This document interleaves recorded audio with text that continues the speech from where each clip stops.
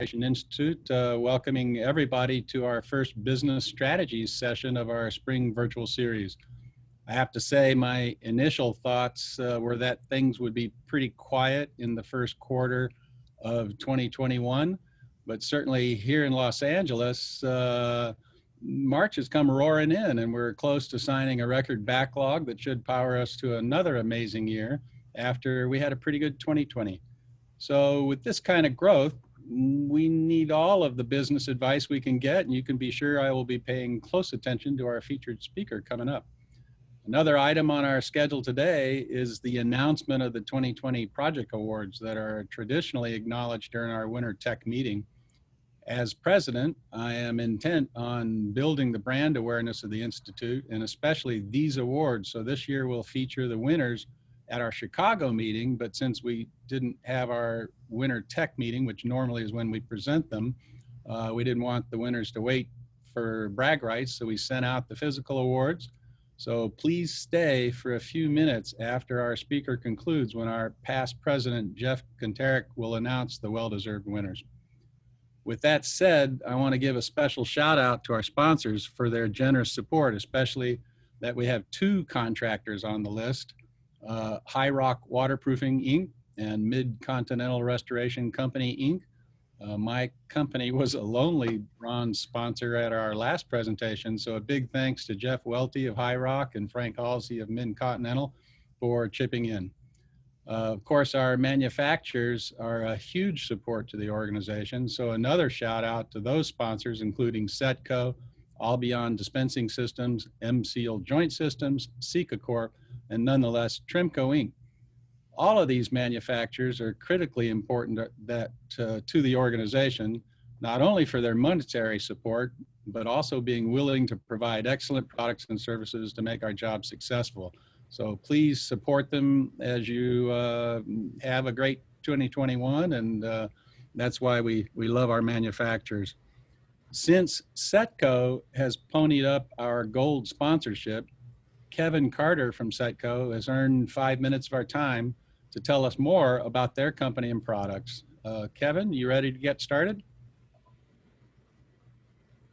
I absolutely am. Let me share my screen here. Can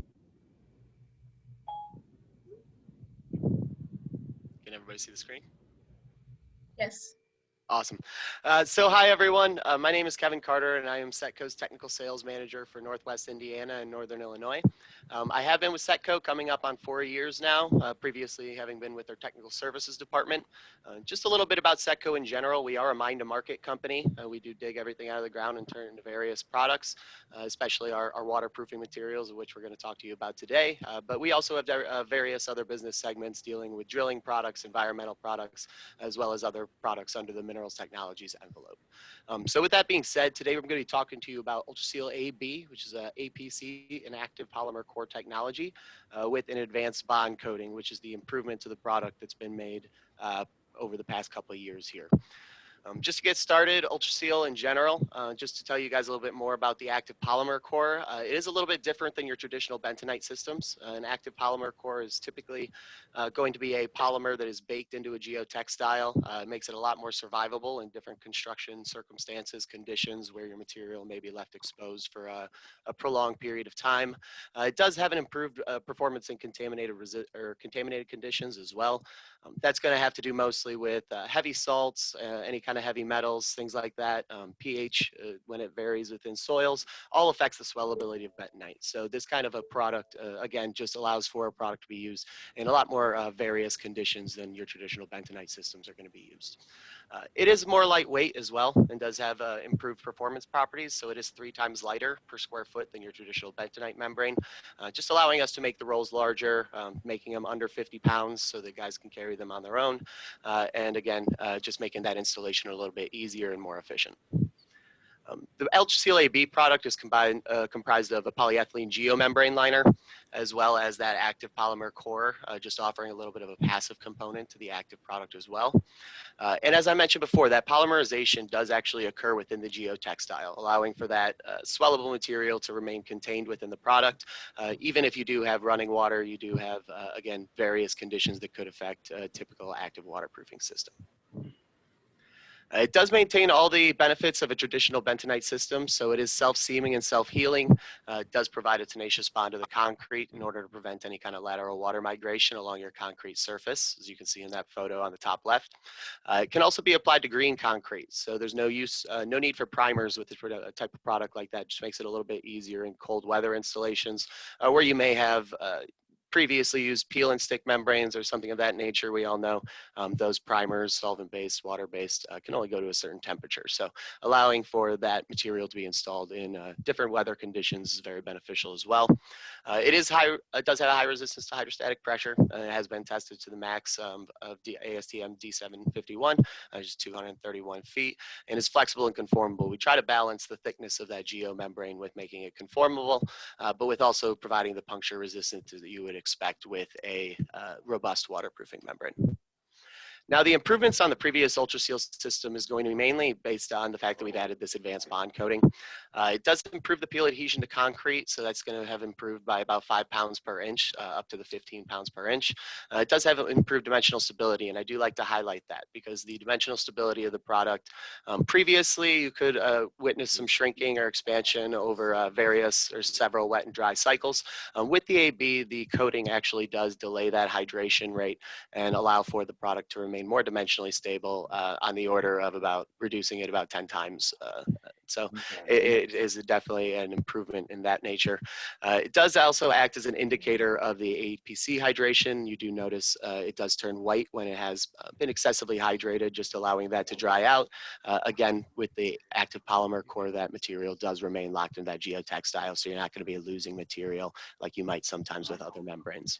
And it can be utilized in all the instances where the previous iteration was used, so it's one single membrane on site. It can be used for various different waterproofing applications, whether that's your under slab applications, your property line, backfilled walls. Under slab applications, the coating does help protect not only the waterproofing membrane, but also the user. And then just to go over a little recent example here, I couldn't help myself, we got these photos in a little while ago, but this is a project in Seattle where the site had been shut down for 10 months due to COVID. And so as you can see here, the material that left exposed is definitely still in good shape. You'll notice a light UV degradation here on the actual coating, which is to be expected after being exposed for 10 months. But again, very small repairs needed for a membrane that was left with that kind of exposure. So really the construction survivability is a key point with this waterproofing membrane. With that being said, I'm open to any questions in the spirit of also keeping this presentation going. If you do have any questions, feel free to go ahead and message me in the chat. I am one of the co-hosts, so you should be able to message me directly and I'll be able to answer any questions that anyone has. And thank you, SWRI, for the opportunity to talk. Okay, well, thanks again, Kevin. Well done.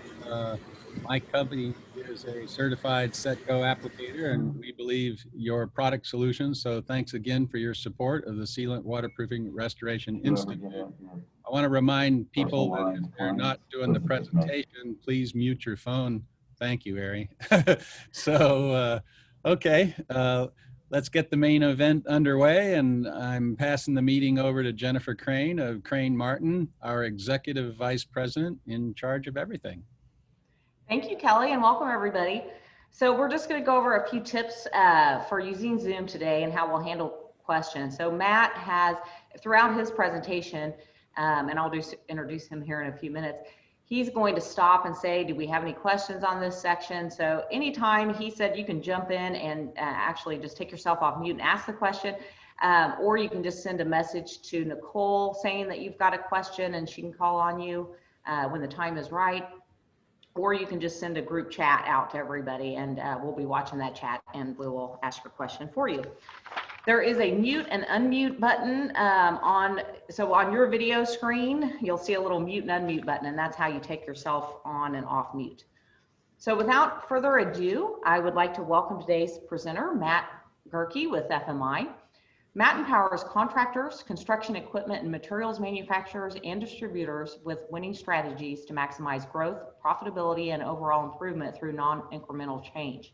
His work centers on building winning market strategies, developing effective change management programs, and improving each business's development and project management capabilities.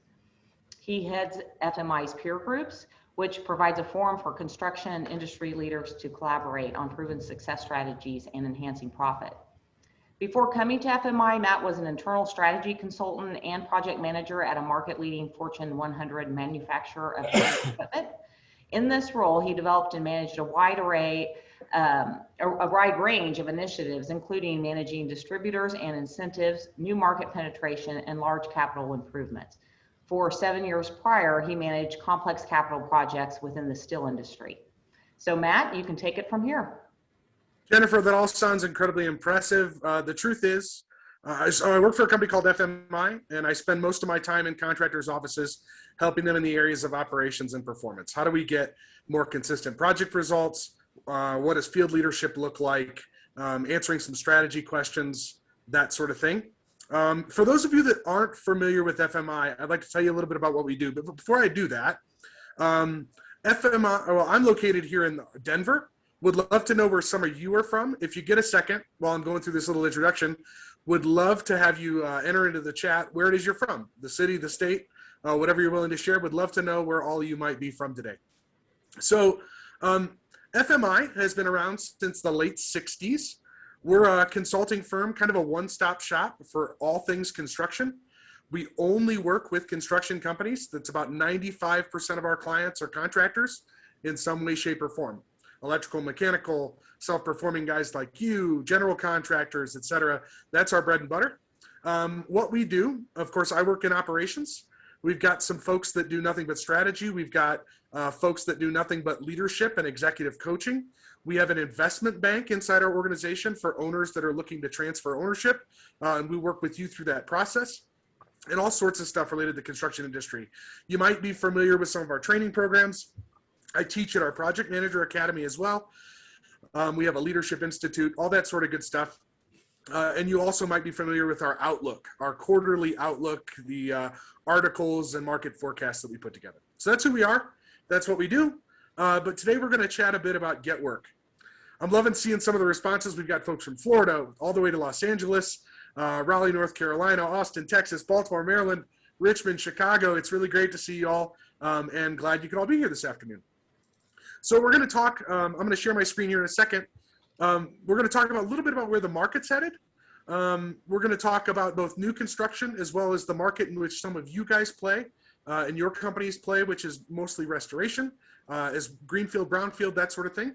And we're also going to talk a lot about the process of getting work, some of which might seem pretty basic, but I want to provide you with some examples of what folks are doing and have done as the markets changed during COVID. And what folks are thinking as they head toward the future when it comes to this get work piece of our business. I'll say it again later, but at FMI, we have a saying, which is that contractors all do three things. Contractors get work, pretty self-explanatory. Contractors do work, again, something you're all probably pretty good at. And the third thing contractors do is keep score. And we'll go into that in a little bit more detail. But contractors do three things: get work, do work, and keep score. So with that, I'm going to share my screen. This is intended to be a conversation. You can type your questions in the chat for sure. You're more than welcome to take yourselves off mute, interrupt me, ask a question, whatever you feel most comfortable doing. There will be time for questions at the end, but if you got something on the top of your mind, please speak up, and we'll discuss it at that time. All right, I'm going to share my screen, and let's get into it. So, smart strategies for 2021. Here we go. First things first, let's talk about markets. So if we think about what's going on in markets now and what's happened over the last year, there's a couple different things worth talking about. One is there's been an accelerated pace of change. A lot of the same market dynamics that were in place before the coronavirus pandemic have simply been accelerated through the pandemic. If we think about remote work and the fact that we're all sitting on Zoom, for example, and the change that has had, the move toward electronic commerce, e-commerce, distribution, in terms of being a growing segment, that's accelerated. So there are lots of things that have happened, but mostly it's been an acceleration of changes that we've already been experiencing, coupled with all the hardships that everyone's been going through, the business hardships, the family hardships, the health worries, the being separated socially, all that sort of stuff. there was a pretty significant, of course, economic decline in overall GDP in 2020. You guys are all probably pretty familiar with those numbers. In 2020, the construction and engineering industry went down by about 1%. And we are forecasting, and I'll show you on the next slide, we are forecasting 2 pretty tough years for construction. Certainly not as tough as the Great Recession that happened earlier. But even though the economy is expected, I think everybody's got this very rosy picture of how much growth that we really expect to come in 2021. The truth is that construction historically has been a laggard. If you work primarily on small projects or residential projects, you bounce back pretty quickly when it comes to a recovery period. If you're working on large greenfield projects, it could be up to 2 years before you've got a strong backlog again. Even if the economy is running hot, running well, construction has a lag of anywhere from 6 to 24 months, depending on the types of projects you're working on and the folks available cash to invest in things like structures and new projects and developments and that sort of stuff, or reinvest in existing buildings and structures. I will say that there's lots of opportunity to think through right now how it is that you do business, what markets you're in, how you approach the market, how you price your projects, how you price your work, how you manage your work, and kind of get back to basics, which is a little bit of a focus of this conversation that we're going to have around Get Work. Still with markets, this is a graphical summary of the total construction put in place in terms of whether it's non-building structures, building structures, residential. And it's a forecast that looks all the way back to 1997 through the Great Recession and then to 2020 and the next 4 years beyond 2020. So a couple things to note here. One, I mentioned the green line is residential. And you notice that green line starts to drop sometime in 2006, 2007. The yellow line, which is non-residential building structures, that spending didn't actually start to decrease until closer than 2009. I know lots of companies that had strong enough backlog in the period between 2009 and 2012 where they never experienced that dip. In other words, they had enough work to keep going where they never experienced that dip. But most construction companies felt it, and it was hard, and it stunk. But it didn't start for almost 2 years after the residential housing decline started. And so there's almost always this kind of lag effect that I mentioned earlier. The other thing to note is that we are forecasting at FMI, even with the $1.9 trillion stimulus program, we're forecasting a decline of about 6% in 2021 of overall construction and engineering spending. So that's new projects from architects that may go into the pipeline. Some of you that may work on older buildings, older structures, brownfield projects, I don't have that number in front of me here, but I would expect that there will be a decline in that market as well, though it may be less than the overall 6% expected in 2021. We expect a slight recovery in 2022, more like on the order of magnitude of a actually not a recovery so much as declining slower. In other words, a 2% decline or so in 2022, and then back to positive growth in total engineering and construction spending in 2023. So starting to grow back in 2023, and then perhaps hitting prior peak level maybe in 2025, 2026. So that's the market. I'm not going to spend a ton of time on it. The last slide is a graphic representation of how it's going to be different, how FMI expects it's going to be different by your region. So everybody go look real quick at the map and figure out where you are. Are you a red bubble? Are you a green bubble? Here's how to read the chart. So the size of the bubble is the total size of the construction and engineering, the total size of expected construction put in place. So that's an end of year number that's reported. Construction put in place, the total size of that particular market. So a bigger bubble on New York City and Los Angeles, no surprise there. If the bubble is red or more red, that means that it's going to experience a relatively large decline relative to industry average. So you can see that New York City is expected to decline probably in more than 6% in 2021. And over the next 4 years, we'll almost certainly have a negative average growth rate between 5 years. So even figuring in 2020. If you're a little green bubble, like in maybe South Florida, which probably is a nice place to be on a day like today, that means you'll experience average growth over the next 5 years. So, and that's compound average growth. So think about it as the average over a period of 5 years between end of 2019 and end of 2024. You can find detailed information about each of these markets, or at least by census region, in FMI's Outlook that was recently published back in March, or back at the beginning of this month, end of last month. So that's markets. That's kind of where we're headed. What does it all mean for you? So like the last recession, there'll be bulls, which are markets that are expected to do relatively well and continue growing or have relatively more growth. And then there's some markets that we expect to be bears.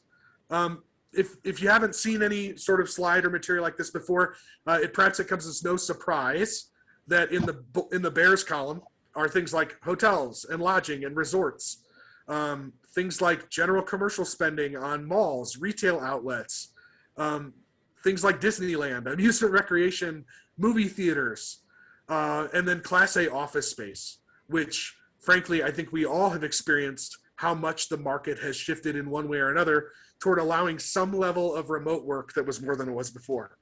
So those are the 4 areas within construction that we do expect to see less activity, less overall investment, whether that's new greenfield activity or reinvestment, relatively less than there was in the years leading up to 2020. On the left-hand side are the bulls. These are relative bright spots within construction. You think about manufacturers. We've already seen onshoring, whether it's in the pharmaceutical and life sciences market, of people bringing back production and manufacturing capability to the U.S. We've seen shifts in things like auto manufacturing, where people are reinvesting in those facilities. All that sort of stuff was taking place before the pandemic, but has been really accelerated through the pandemic. Distribution, this is mostly tied to e-commerce. I think you guys probably all know that Amazon is in the process of building upwards of 50 new distribution facilities over the next 6 months, just in their phase 1 build plan. So a lot of activity, of course, is driven by Amazon and e-commerce, but distribution networks here, whether it's last mile or whether it is large scale regional, there's a lot of money being spent there right now, and there's a lot of reinvestment going on right now. Communications and data centers for the same sort of reason, e-commerce, as well as to support work from home and the needs there in terms of infrastructure. And then intelligent transportation system is a little bit of a mixed bag. I'm not sure how much any of you do there, but it's investing in things like public-private partnerships and tolling highways, as well as preparation for automated trucking, electric vehicles, charging stations, et cetera. So again, just to reiterate, we had bulls during the Great Recession in things like highway and street spending and power and energy. Those were relative bright spots during the Great Recession. We will have bright spots for the next few years. And so I just want to make everybody aware of that the opportunities may be slightly different than they were before in terms of which ones are growing and which ones are shrinking. The other thing to keep in mind, in 2021, I know that I just said the market was going to decline, but 94% of opportunities should still be there. It's not going to be a bloodbath. So keep that in mind as we're talking about winning work. Before I move to the next slide, what questions do we have, Nicole and Jennifer, either in the chat or does anybody have any questions if you want to come off mute? Yeah, right now we don't have anything in the chat, so if anyone has a question, speak up now. Hey, Matt, this is Kelly. I know I was talking to SGH out here in LA, and they say the restoration market, renovation, has really picked up strong. So this applies mostly to new construction. Am I correct? The data that I just showed you applies to new construction put in place. The charts do. Yes, that's correct. Okay. And greenfield opportunity is sometimes a good indicator of brownfield and restoration activity. A lot of it's driven by overall economic forces and how much it makes sense to reinvest or invest anew in a new project, new facility, or an old facility. So there are definitely correlations there, but the data I showed was for new build. Yeah. Awesome. I'm going to keep rolling. I think we're going to talk about Get Work next, which is exciting. No, one more on competitive pressures. So wanted to give you a few data points that kind of indicate where the market is headed from a competitor standpoint and a cost standpoint. So COVID has changed the cost of construction.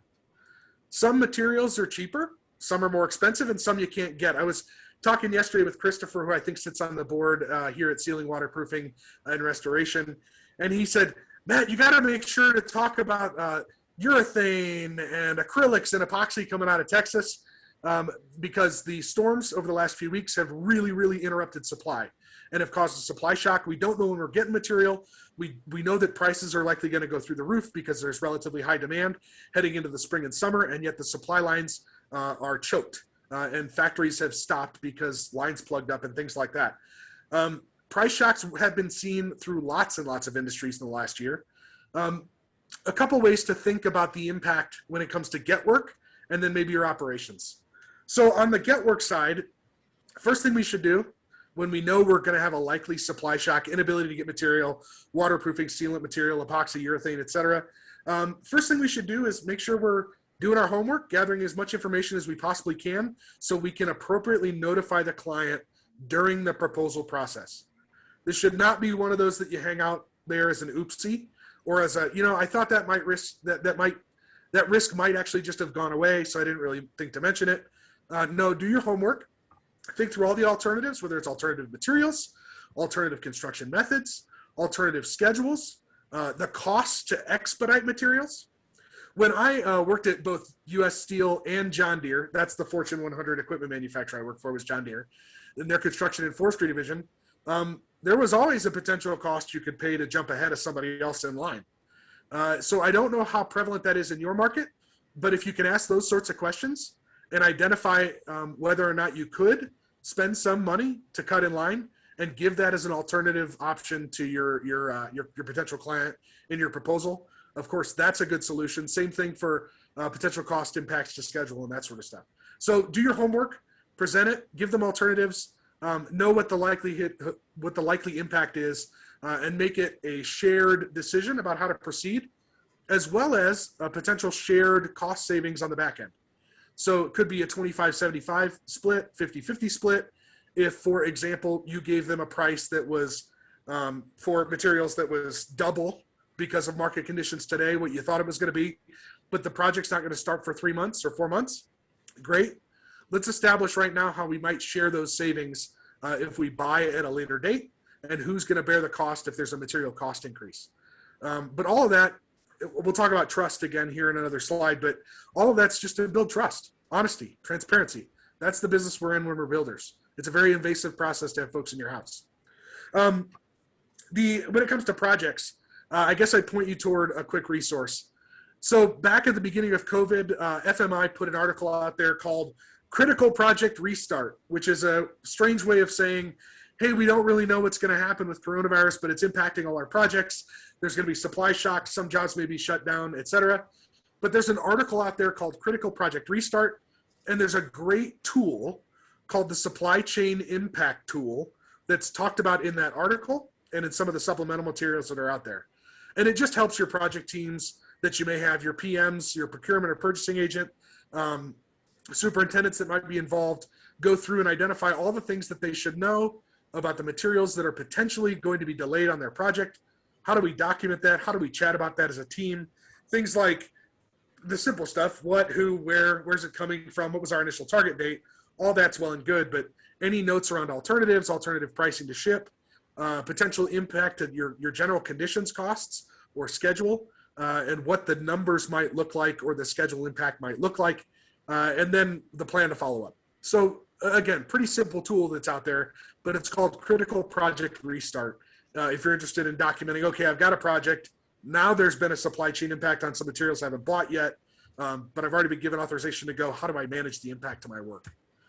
Okay, so that's a lot on materials. On labor productivity, I work with a contractor, an electrical contractor out of the LA market, actually, who does an incredible amount of detail when it comes to, and is really rigorous about how they study, how their man hours are used in the field. Is it taking them less time, more time, et cetera, to do tasks that they did 2 weeks ago or 2 months ago or a year ago? When COVID hit, they saw a spike of about 45% in overall labor required to do similar tasks that they were doing pre-COVID.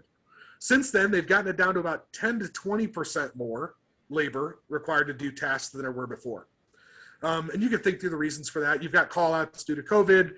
You've got folks that have kids at home that are either going to school remotely or that sort of thing. You've got new protections on job sites. You've got some escalated costs to manage the job site, check-ins, checkouts, et cetera.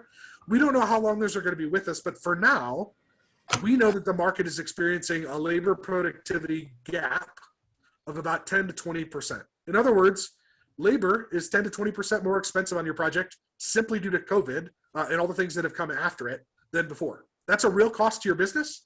Labor is the riskiest part of your business, so recognize that that is an impact. The last thought I'll have on competitiveness or competitive landscape is more bidders at the table. For those of you that have pretty well captured clients, you might see them talking to somebody else they've never talked to before. If you're doing a hard bid situation or an open bid situation, and you used to have 3 qualified vendors, suppliers, or bidders, builders, restoration companies that would show up to bid, we're now seeing more like 5 or 6. And those 2 or 3 guys, they may have come from another market, or they may not even be qualified to do your work. But that is something we're seeing. And so take stock of what you're seeing in your markets, who the eligible players are, and how to compete with those that might enter based on what you know about your company. But that's kind of the landscape, I'll call it. So now what to do? So there are a number of different topics I want to talk about in the next 20 minutes or so. And these are the 5 topics I kind of narrowed in on: maintaining and growing relationships. How do we choose what work we want to pursue and why? What does it look like inside your organization? How do we make a win strategy? That sort of thing. How do we get really good, robust customer feedback and then do something with it inside the organization? And then this change in how proposals, presentations, interaction with customers, how it's changed with the use of technology, whether that's Zoom, et cetera. How do we really engage with customers and clients? Not because the newfangled thing is just what everyone's doing, but because we can use it in a way that drives more value to the client through the proposal process. And the last piece is the keep score piece. How do we set goals, measure results? What's important? How do we think through that? Before I go on, though, I want to launch a poll. I don't necessarily care to talk about what I want to talk about. I want to talk about what you guys want to spend time talking about. So if you're on your computer, I'm going to launch this poll now, and it's going to ask you, hey, Matt, you've only got 30 minutes. Here's where I want you to spend the most of your time. So please pick one of these options of where you want me to spend the most time, give the most industry examples, et cetera, and I will make sure to do that. So I'm going to launch some polling now. If you're on your phone or an iPad, this can be a little tough, so just put your, if you would, put your priority in the chat.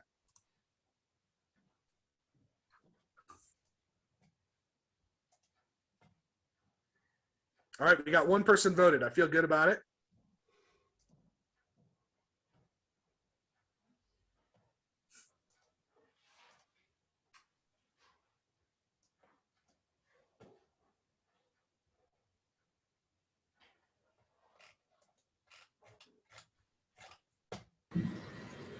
We got about half participation. Would love to get to about 75% or so.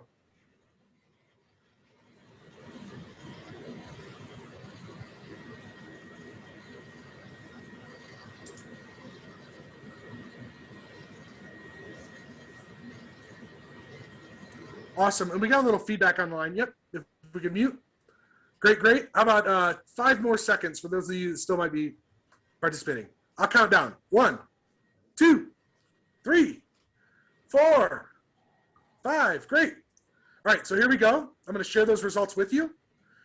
The 2 big winners, I guess relative, big is a relative term, but project win strategies, KPIs, what do we measure and why? And then, of course, how to maintain, grow relationships in this era, and virtual presentations. So I'll do my best to provide you guys an example in those 4 areas as we go through.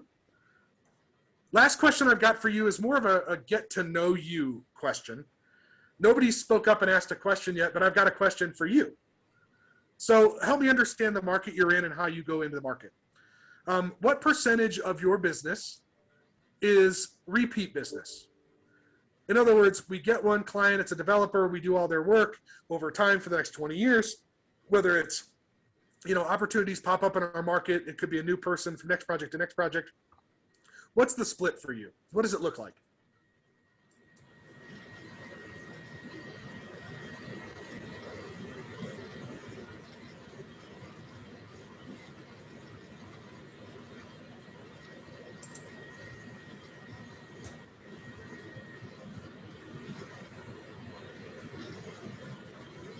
Thanks, Kelly. Kelly does 75% repeat business. I like it. I was locked out because I'm a presenter. I can't do my poll. Well, Kelly, I appreciate that. I'm glad to hear customers stick with you over time. That's a good thing. Thank you. It certainly makes it easier than having to beat the street and identify new opportunities. But new opportunities, of course, we know they're more expensive. They cost more to go out and get. And so whenever you can convert that new opportunity into a repeat opportunity, the better. All right. So we've got about 2/3 participation. I'm going to shut her down.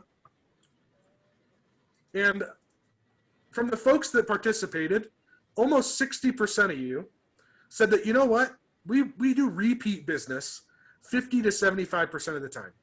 In other words, clients are likely coming to us and saying, hey, I've got another opportunity. You're either the guy I want to use or the company I want to use, or very likely I want you to bid on this. It's going to be a short list, etc. That's all good stuff.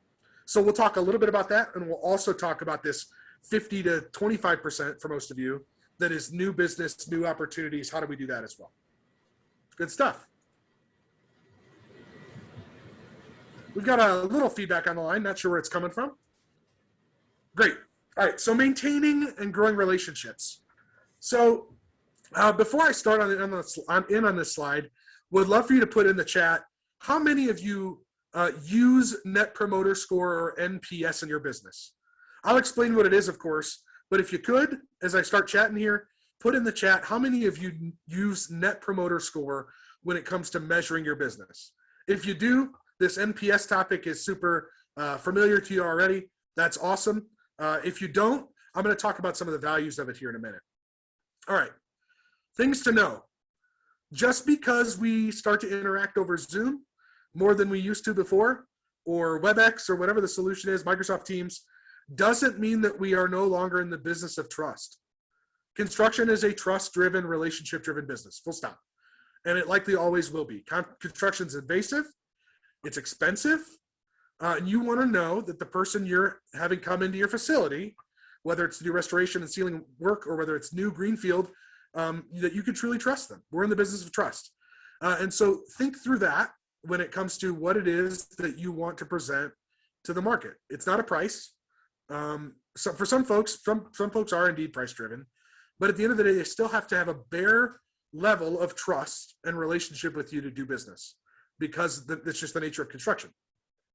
Other pieces of advice around what to do to grow relationships. We hear a lot that folks go in to a sales opportunity or a discussion opportunity with a potential client. They don't know if they're going to have work in the future. They just want to make a relationship with them. And they show up and they start asking for that person's business plan. Yeah, so what does your business look like for the next 3 to 5 years? When do you think you're going to invest? I noticed the condition of your building outside or whatever. Have you had any issues, insurance claims regarding water infiltration or anything like that? What do you see as the biggest risks in your business? And they start asking all these invasive me questions, right? One piece of advice I'd give you is never go into a meeting like that without being prepared to bring something of value to that person. Something of value, whether it's what things they're doing in the market, whether it's potential supply issues, whether it's something that their customers might want to know, whether it's what's going on in the construction industry, but something that person values, bring it to them in that meeting. Once you've established that trust or started down that path of establishing a relationship, then you can ask those sorts of invasive questions about their business and how it would potentially impact you, but always bring them something of value. You'll find you'll get way more repeat calls if you can simply bring something of value to them. The other point I'd make here, and it's, again, something we probably all know, but as builders, we need to understand very well our client's business. I'll give you an example. I worked in the steel mill for 7 years, and once every 3 to 4 years, we did a major outage on this one facility. Major outage. 10-day outage, shut it down, rip it apart, put it back together, etc. However, what something the contractors didn't know that worked inside that facility was that for every minute that facility was down was a lost $20,000 in revenue. $20,000 in revenue a minute when that facility is up and running. Now, the outage had to be done. The work had to be done in order to continue making stuff, right? But how powerful would it have been if you came in with a plan or a way to basically give me back 6 hours? What's 6 hours worth to me now? It's worth 120 grand. What can you do with 120 grand to bring that project in 6 hours earlier, right? And get the lineup and started 6 hours earlier. Or the business of our customers. What are our customers looking for? Whether it's a remote area, quiet, the logistics of getting in and out of a facility, how are you going to manage our parking when you bring in your trucks, et cetera, et cetera. What's going to happen to my elevator as you're moving in materials up and down? When are you going to try to do that? That's the sort of impact to our customers that we need to be aware of and think through. In terms of great ways to build relationships during this period, we have found that unlike no other period in the history of construction, people are yearning to get together. They're yearning for that kind of touch. The level of uncertainty right now in the construction market over the last year and in the next year ahead is really, really high. People are looking for information and they're looking for that sort of touch, right? And so my recommendation to you would be, don't be afraid of engaging with folks virtually. It's easy. You can do it in their homes while their kids are, remotely on the computer or whatever. A lot of folks are working from home. A lot of your clients and owners that you work with are probably working from home. Don't be afraid to engage virtually because people more than likely are saying yes.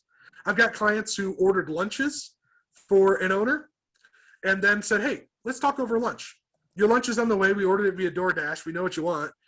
Let's have lunch together. And it works. Folks are willing to do that right now in this period. We've seen a lot of outdoor activities work, whether it's golf events, skeet shooting events, anything that can get you outdoors where people feel more likely and safe to congregate. Of course, it all depends on who you're working with. There are folks have lots of various risk tolerances to COVID during this pandemic, but be aware of it and see if you can come up with solutions that really make sense for them more than necessarily they make sense for you. I'm trying to think of other things. We've seen an uptick in people participating on boards and associations, especially if they're virtual. It makes it easier to participate than it's ever been before.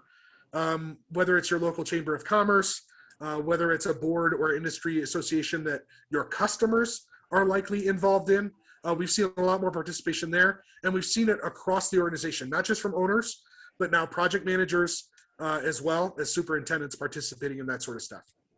Great. Last thing is on NPS on this slide. So Net Promoter Score, what is it? This is Harvard, it comes from a Harvard University study from maybe 15, 20 years ago. It is the best known way to benchmark your company in terms of what do folks think of me? And you ask one simple question. How likely are you to recommend my company to a friend or colleague, right? You can do this internally with your employees. You can do it externally as well. But when you think about externally, if they rank you on a scale of 1 to 10, if they rank you a 9 or a 10, they're considered a promoter. If they, on a scale of 1 to 10, rank you a 7 or 8, that means, they may like you. They may think that you're pretty good, but they're likely not going to go out of their way to recommend you to someone else. And again, this is a trust business. A lot of referrals are word of mouth. So a 7 or 8, yeah, you're pretty good, but we're probably not going to go out of our way to recommend you. 1 through a 6 is a detractor. That means that they're someone who, when they get asked about your business, is likely going to say something that's not positive, even if they gave you a 6. So Net Promoter Score is the 9s and 10s, the percent of your respondents that are a 9 or a 10, minus the percent of your respondents that are 1s through 6s, right? Seems kind of unfair. If you get 9s or 10s, that sounds really, really good. 1 through 6, there's probably some more of them. There's lots more options there. But anyway, you subtract the two numbers. So in this example, 62% promoters minus 6% detractors would leave you with a Net Promoter Score of 56%. I can tell you now that the industry average is about 48%, but we do pretty frequently see negative numbers as well. If you've got a negative Net Promoter Score, that means there are way more detractors in the marketplace, people who are willing to talk negatively about your business than there are positive, right? That sort of powerful information is really critical to business decisions that we make about what we talk about, what reputation we have, what type of work we go after. And so a lot of you, no matter if you're big or small, this is a great question to ask the folks that you do business with. So I didn't see a ton of responses. We do. I got one we do from Nicholas. Great. Nicholas, glad to hear you use NPS. Again, super simple tool. One question that you can add to your customer surveys whenever you conduct them, and kind of get and collect that feedback over time and track yourself. Again, the benchmark is about 47 to 48% in the construction industry. That's about average of what we see. All right. Moving on. Pursuit meetings. You guys said you weren't too excited to talk about this, but I'll be quick. Best-in-class contractors are picky. They're picky about the work they pick. They're picky about which work they take on. They're picky about which customers they're willing to work with and those where they're not. A lot of them, therefore, have processes that help them understand, okay, what makes one company or client different from another. They write it down, whether it's a quick opportunity, quick book and burn, whether this is a near-term opportunity, whether this is a developing pursuit, something that's going to take us some time, a strategic account we're trying to break into over the long term because we know they're going to have repeat work. Think about a large government facility, a hospital, et cetera, leads being qualified, et cetera. We also see folks getting that qualify their customers or consider their customers, hey, is this a value buyer? Is this somebody that I can upsell to? Is this somebody who's going to value things like durability, longevity, service over time? Or is this more of a commodity, a price-driven buyer? Right? Give me the shortest schedule at the least possible cost. Right? Who is, if you can quantify your clients like that, I think you'll become better at making those decisions. In terms of go, no-go decisions in your industry, in the construction industry, a lot of those decisions are owner-driven, but the more you can evolve your BD, estimating pre-con, in your project manager, superintendents in that decision by holding a weekly pursuit review or asking them to make some notes on who the customer is, what do we know about the opportunity, how do we know how do we know how well this fits into our strategy. That's go no go criteria. It doesn't have to be a fancy score. It's just got to be written down, and it helps us make decisions. It doesn't tell us the decision to make. It helps us make decisions, and we review those at what we call pursuit meetings. So if you're not doing something like that every 2 weeks, every month, or when a big opportunity comes up, maybe it's an ad hoc meeting that you hold, I would recommend that that's a practice you should get into. Because again, best-in-class contractors are picky, and they know what projects are most profitable for them, what opportunities are most profitable for them. You did say you wanted to talk about win strategy. So here's what a win strategy looks like. We've made our pursuit decision. We're going to go. It's going to be awesome. We think that this is how much fee or money we can make on the job. We think this is how it's going to be staffed, but we really don't know. We haven't really bid it yet. But a win strategy is simply a way to write down your thoughts on how the heck you're gonna beat the other folks that might be bidding against you. Or if no one's bidding against you, how are we gonna make absolutely sure that this customer says, yes, I want to pursue this project with these funds and you're my guy, right? The things that we look for in good win strategies are things like, of course, how much fee do we expect to make from this customer and why? How are we going to staff it? And is this an A team project or a B team project? But then it's uncovering what we call hot buttons, right? What are some things besides schedule, budget, and safety? Because those are basically the table stakes of our industry now. Those are expected. What are some things we know about this customer's business or the business of this customer, the customers of this customer that we can use to help us win? Whether it's the number of touches we feel like this person needs to have with our organization in order to feel good and have that level of trust with us.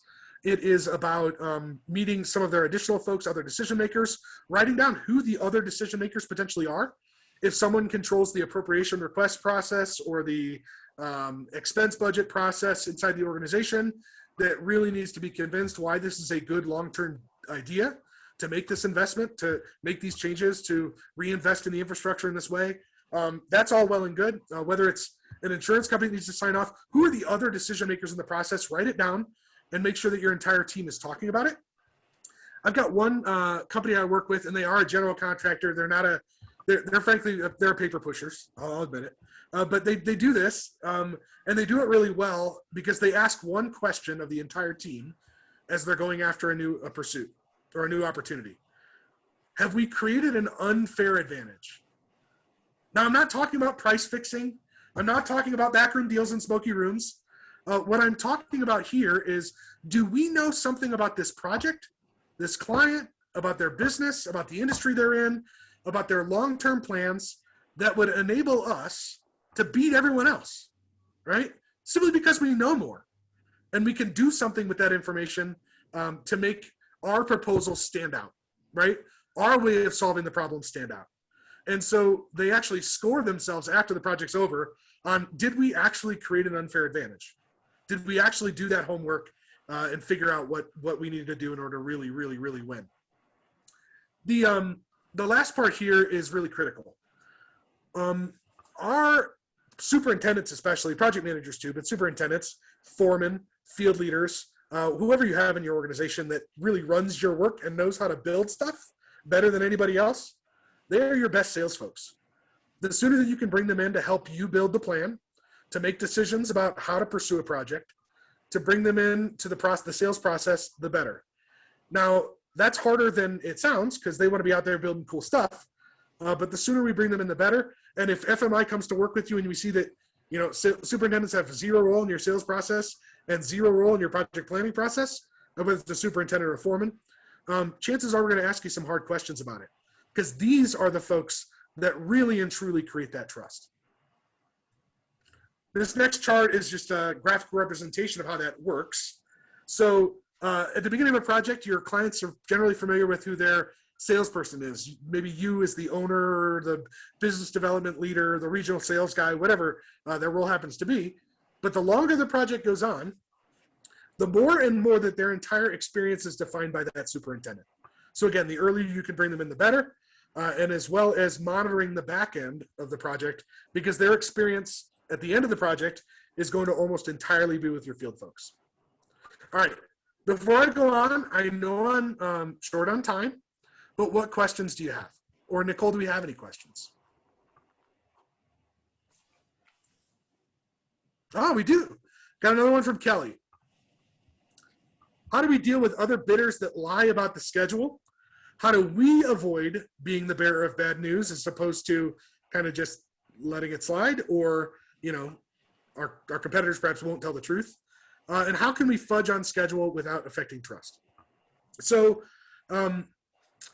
one thing that I've seen be effective is to, first of all, don't accept your owner's baseline schedule. Provide them a schedule with more detail that shows how you are going to get the work done, right? And that your organization feels like it can work on. So that's step one. In your proposal, don't accept the owner's baseline schedule proposal. If he says it's got to be done in 6 weeks, but you think it's going to take 7.5 because of whether it's materials, whether it's staffing, whether it's access to the site, whether it's just the overall amount of work, whatever it is, be upfront with them in your proposal by putting together something that looks way better than any baseline schedule they may have tried to get you to commit to. It's more detailed, it's more thought through, and then walk them through where the risks are. Now, a lot of your owners perhaps are, they're okay with having somebody, what's the saying, spit cider in their ear and lie to them or whatever the saying is. Frankly, we're in a trust business. And if they're not, if you and your approach haven't gained their trust, well, maybe they're not the customer for you. The other thing to build in is alternatives. So think through in their project, maybe they say it's got to be done in 6 weeks. Great. But if you can break the scope package up into 2 different pieces and only affect the overall, like one overall area of the job, or 1 or 2, if you do the job in phases, it may extend the project schedule, but their concern about schedule is likely tied to a business related issue that they're having, right? If it's greenfield, then it's probably something to do with their overall investment, how quickly we can get up and running. And I can't help you much there. We just need to be open, honest, and transparent. But if it's an existing facility and we're doing restoration work or water sealing work, whatever it happens to be, think about how we can break that project up into phases to tackle this issue that they have with schedule. Because again, it's likely tied to something in their business where they want this area here in 4 weeks and they think telling you 6 is pretty reasonable. Well, you could probably get them that area in 3 weeks if we chopped the project up into pieces and did a different way. Those are sorts of conversations that happen during not the pre-job planning process, but the proposal process, where you can create an unfair advantage. As for your competitors lying, I don't really, yeah, that's their ethical decision that they've made. And I'm glad you made a different one. All right. Keep us rocking and rolling. Just a couple more slides. Virtual presentations and the use of technology. So I wanted to share with you, there are some creative things that people are doing. You may or may not have had a bid proposal over Zoom or a bid presentation on Zoom. If you did, I've got if you have, or if you think you might in the future, I've got a couple quick tips to help you. Number one, rehearse, rehearse, rehearse. Practice, practice, practice. Have everybody in front of separate computers for good reason. It's really detached feeling to have everybody on the same computer in a conference room talking to one another. I'm glad that most of you are on your own computer today and not sitting in a conference room with your colleagues. It's way easier to have a back and forth conversation that way. Rehearse, and talk about things like lighting and all this stuff that you wouldn't otherwise think about in a bid presentation. Have somebody, a tech support person who's available to help you both during rehearsals and during the presentation, a backup iPad or an iPhone to run the meeting off of, etc. That's all simple stuff. The creative stuff comes into what you do using this technology to drive the conversation. If it's a big project and you've got a client meeting or even a proposal meeting, one of the things I've seen that's been really effective is using that polling feature I used earlier to list out 10 different possible areas of concern that the client might have. 10 different areas of concern that your team has already talked about. And then ask the client, hey, of these 10 areas, which are the 3 or 4 that you want us to spend the most time on when it comes to us talking to you about how we want to deliver this work for you, or how we're going to go about doing this work, or how we're going to maintain the schedule? Like, which of these 10 areas is most important to you? And let those 3 or 4 areas that they pick drive the conversation. I've seen that be really effective because then you're not trying to guess what's important to them. They're actually just telling you what's important to them, and you've already hopefully got a plan for it. So that's a really, really great way to use Zoom. All right, other technology things that you may have seen or that are going on in our industry. One thing, as whether it's BIM, VDC, whether it's drones, 3D renderings of facilities, etc., all that's well and good, but the most useful way I've seen it employed in the sales process is to take a relatively simple map, a Google map, a drawing, etc., and whether it's you do it yourselves or through a third party, turn it into a video that walks them through the impact to their facility of your construction. Hey Rob, how you doing? Anyway, so for example, if you are going to be working in a high-rise building in a relatively congested area, great. How is traffic going to be impacted in week 1? How is parking access going to be impacted in week 1? Sidewalks, etc. Where are you going to have your trucks? Where are you going to have material deliveries? How are you going to get stuff in and out of the building? Show them that, and then show them how it changes over time. How it is you're going to manage the disruption to their facility while you're doing your work. And doing it with a 3D video or a 3D rendering that's got a time scale on it that aligns with your schedule. That sort of stuff is not that expensive to do and super impactful. You want to talk about creating trust, show them how you're going to work on their facility. And again, there are third parties that can do this, architectural and engineering firms that you may work with. They know folks who can do this or may be willing to take the drawings and do a relatively simple rendering for you. But it shows the owner, hey, not only do I care, but I've thought through how I'm going to build it, and I've thought through it with you in mind, right? And after the sales process, we can go through this together, and if you want, we can make tweaks and adjustments and changes based on specific input or things that may have changed. But that's a great way to use either drones or rendering technology, BIM technology, existing drawings that are not 2D but 3D, Google Maps, etc. And it's really effective, really effective.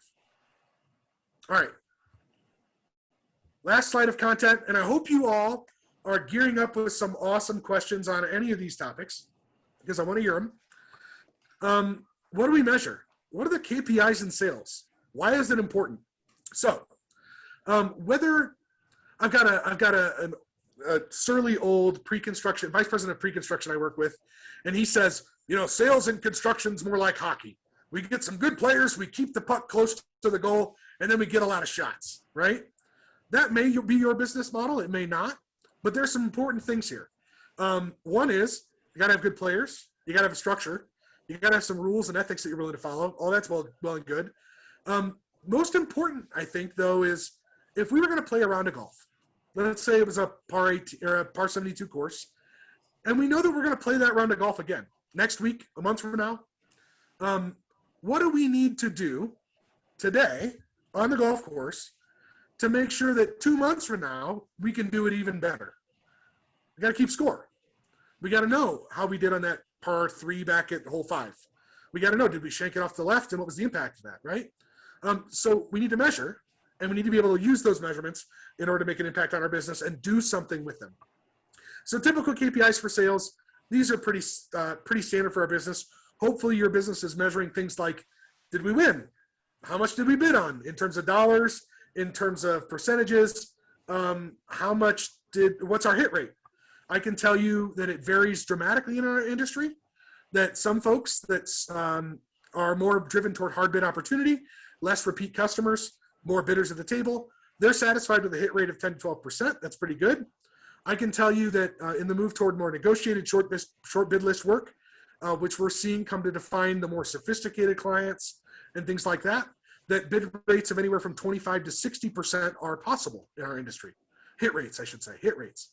In other words, when we bid on a job, we get it 60% of the time when we get an opportunity. Now that would be either mostly short bid list or, just pick up the phone call. Somebody calls me, I give them a quote, and we go do the work. But for you that have a mix, somewhere between 10 and 25% in terms of a hit rate is pretty darn good. So that's a benchmark.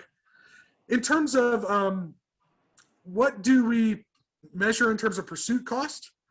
That's the cost of your time. It's the cost of making proposals, the cost of the research. If you're not capturing that by using some sort of internal cost code, timesheet mechanism, whatever, I would recommend that you start and have a line item for that you review on a monthly or quarterly basis. How much are we spending on total pursuits, and to what pursuits are they going to? Over time, you'll get a feel for, is this an opportunity that is going to cost me $2,000 to pursue, or is this an opportunity that's going to cost me $20,000 to pursue, right? And only by measuring that sort of number and having at least a ballpark feel for what that number is, can we incorporate it back in our go, no-go and make the right decisions for our business. Now, maybe that $20,000 opportunity to pursue is really good because the margin on it's going to be awesome. The work environment's awesome. The client's awesome, or it's a strategic client. That's all well and good, but we should be transparent and know approximately what we think it's going to cost before we do it. Great. The last comment I have around setting goals and measuring results, I've got another client that has taken this to the next level. They measure these things. They're the same client that wants to come up with an unfair advantage. But they measure all these things: number of touches, quality of touches. What did we talk about? When did we talk last with them? What are their hot button issues? How well did we do identifying them? What did our proposal look like? How developed was the proposal process? Did we meet with the superintendents and project managers before we put that proposal out the door? They measure all of that, and they come up with a score. And at the end of the pursuit, whether they got it or didn't get it, every person on that team does a quick evaluation of how they think they did on all those sort of things. All those things we're measuring that are qualitative, right? And they're trying to figure out, what is it that's truly leading to our clients picking us? What is it that's delivering the most value? Is it when we put together a technology-driven presentation that's got logistics as part of our proposal? Is it when we sit down and do a pool planning session with key leaders from the ownership group to figure out how we can make this job run smoother, better, et cetera, on schedule? Is it when we are incredibly transparent about the challenges we think we're going to face? What are the things that are really causing us to win more than not? And then scoring yourselves internally and then measuring that. So that was an incredibly brisk look at what folks are doing right now to win. There are some things I didn't cover. There's lots of things we can talk about. What questions do you have?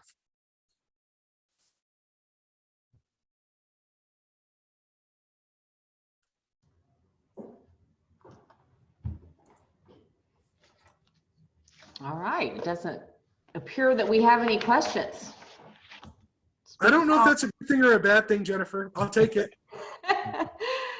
Well, if you guys do have follow-up questions for Matt afterwards, you can always send an email to Nicole or I, and we can get you in touch with him. Yep. I guess if no one has any questions, I guess I have one more thing that I'd like to add, and it's a broad general comment, but I think it's true for the time that we're in right now. So if we think back to bulls and bears, we think back to more competitive pressures, we think back to how much potentially harder it might be for us to get work based solely on price, given that the costs of our organization are going up. We think about all the challenges we're facing. There's a reason I use the term back to basics. Now is a time to make sure we're doing some of the things that we know we should be doing really well, whether it's in the field and how we operate and build, whether it's what we do to pursue and propose. Now is the time to internally get back to basics. We know what it takes to build stuff. We know what it takes to really run a good project. We know what it takes to win work. So let's as leaders in our organizations, let's figure out how well we're doing those things that we know work. And only then move on to the more innovative, awesome, cool stuff, some of which I talked about today. Great. Thank you, Matt. The energy and the information you brought today has been excellent, so we really appreciate it. And thank you all. Best of luck to you. Thank you. Well, wonderful. So we're now going to announce our award winners. Very exciting stuff here for SWR Institute and the winners.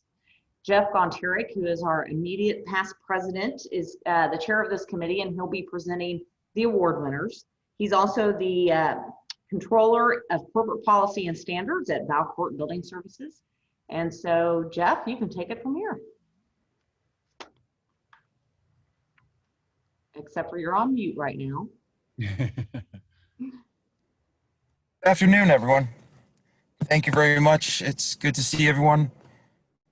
Once again, thank our sponsors, Mineral Technologies, Secco, Mid-Continental, High Roof, Sika, Albion, Tremco, and M-Steel today. The Award of Excellence and Printing Project Award, the committee is chaired by the admitted past president, myself, an associate, a contractor, and a manufacturer. Projects are submitted anonymously. The deadline for both awards is November 30th, and there's no cost to submit for either award. So if you're currently working on projects this year, we highly encourage you to start thinking about asking Nicole for how to submit for a bid for this coming year for the award. Only contractor members can submit and win this award. Only one award given per year.